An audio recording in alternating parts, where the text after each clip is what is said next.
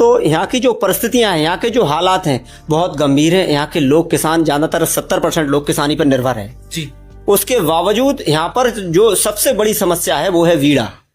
यहाँ जो राजापुर बेदौरा के आसपास के जो 33 गांव हैं झांसी जिले में बुंदेलखंड औद्योगिक विकास प्राधिकरण बीड़ा के नाम से सरकार ने जो जमीन ली है और प्राइवेट कंपनियां जो आ रही हैं यहाँ पर निवेश करने के लिए, उनको पौने पौने दामों पर सरकार जो है, तो मैं चाहता हूं कि सबसे पहले तो जो 2013 या 14 की जो सर्किट रेट है, तो आज की जो मार्केट वैल्यू उसके हिसाब से किसानों को मुआवजा देना चाहिए।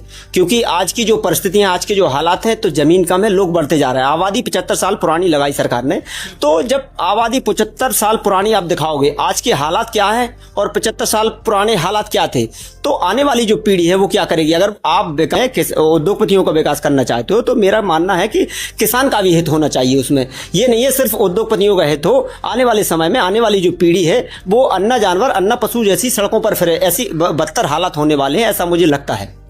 तो सर, अतिवृष्टि हुई थी जिसमें उर्द की फसल जो है किसानों की नष्ट हुई थी, तो उस समय किसानों को एक झुंझुना पकड़ा दिया गया था। जो उनके 2-4 लोग हैं गांव में, लेखपाल हो या उनकी जो टीम है, उनके माध्यम से उन लोगों को थोड़ा थोड़ा पैसा दिया गया, बताया गया था कि बहुत सारा पैसा हमने दे दिया गया। लेकिन जब वर्तमान हालात जो देखे जाते हैं किसानों के, किसानों से पूछा तो जो किसान की जो स्थितियां हैं, किसानों के जो हालात हैं, उनके हाथ में चौन्नी तक नहीं आई। तो इन स्थितियों में अगर सरकार इनसे दुराभाव करेगी और उद्योगपतियों का हित करेगी, वो किसानों को कहते हैं कि हम किसानों की दोगुनी आय करने जा रहे हैं, दोगुनी आय तो छोड़ो, तो उनके पेट के पालन पोषण के लिए, उनके आने वाले भविष्य के लिए अगर ऐसी स्थितियां रहेंगी तो वे क्या करेंगे आने वाले समय में।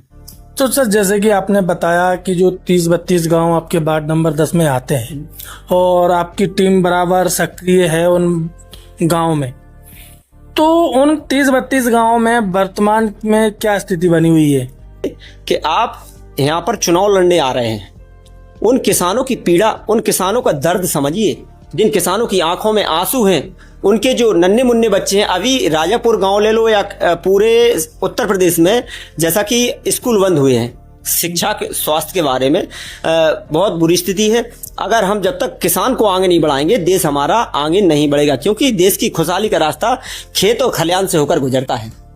यानी कि कहा जाता है ना कि राजनीति भी गांव से ही होती है। गांव से जो हर व्यक्ति गांव से ही होकर और गांव से ही निखर कर, जैसे आपने देखा होगा आर्मी में ज्यादातर लोग उद्योगपतियों के नहीं है, सिर्फ और सिर्फ किसान और मजदूर के नौजवान साथी हैं हमारे। ज्यादातर हमारे गांव से करीब 30-40 लड़के आर्मी में हैं, पुलिस में हैं। तो सारे लोग, उनकी पीड़ा क्या है, उनके हालात क्या हैं, उनकी स्थितियां क्या हैं, आज उनकी जो जमीन जा रही है, अगर उनकी जमीन चलेगी और जमीन